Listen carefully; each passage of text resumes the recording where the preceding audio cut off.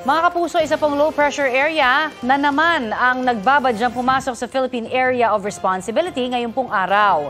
Kung magiging bagyo, tatawagin po itong bagyong Egay. Lumabas na ang bagyong Dodong kaya sa ngayon hanging habagat pa rin ang nagpapaulan sa malaking bahagi ng bansa.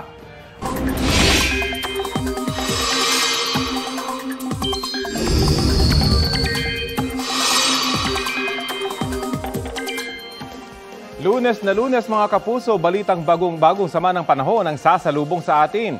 Detalye tayo mula sa GMA Integrated News Weather Center kasama si Katrina Son. Katrina? Tama, Rafi. Isang bagong low pressure area nga ang nagbabandyang pumasok sa Philippine Area of Responsibility. Huling namatan iyan ng Pag-asa, 1,070 kilometers, silangan ng northeastern Mindanao. Posible ngayong araw pumasok na ng PAR ang nasabing LPA. Ayon sa Pag-asa, malaki ang tsansa nitong maging bagyo at tatawaging Egay sa loob ng 1 hanggang 2 araw. Sa ngayon, wala pang direktang epekto sa lagay ng ating panahon ang namomonitor na LPA. Pero magiging maulan pa rin sa malaking bahagi ng bansa dahil nga iyan sa hanging habagat. Pinalalakas kasi ito ng Severe Tropical Storm Talim o ang Bagyong Dodong na dumaan dito sa bansa nitong weekend. Kasalukuyang tinutumbok ng Severe Tropical Storm Talim ang China.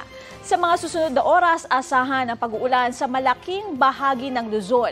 May nakikita kayong mga lugar na nagkukulay orange at red. Ibig sabihin yan, posible sa mga nasabing lugar ang heavy to intense rains. Kaya dapat maging alerto mula sa banta ng baha o landslide. Base sa rainfall forecast yan ng Metro Weather. Mas marami namang lugar sa Visayas ang magkakaroon ng maayos na panahon. Ilang bahagi lang ang makakaranas ng ulan. Sa Mindanao, uulanin ang halos buong Caraga at Davao Region, kasamang ilang panig ng Soc-Sargen at Northern Mindanao. Uulanin ding muli ang Metro Manila ngayong araw. Dahil nga sa maulang weekend, maraming dam sa Luzon ang nagsipagtaasan ng water level. Kasama dyan ang Angat Reservoir na nakabalik na sa 180 meters minimum operating level. Tumaas din ang antas ng Ipo at Lamesa, Ambuklao, San Roque, Pantabangan, Magat at Caliraya Dams. Bumaba naman ang water level sa Binga Dam. Ako po si Katrina Son. Yan ang latest mula sa GMA Integrated News Weather Center. Maasahan anuman ang panahon.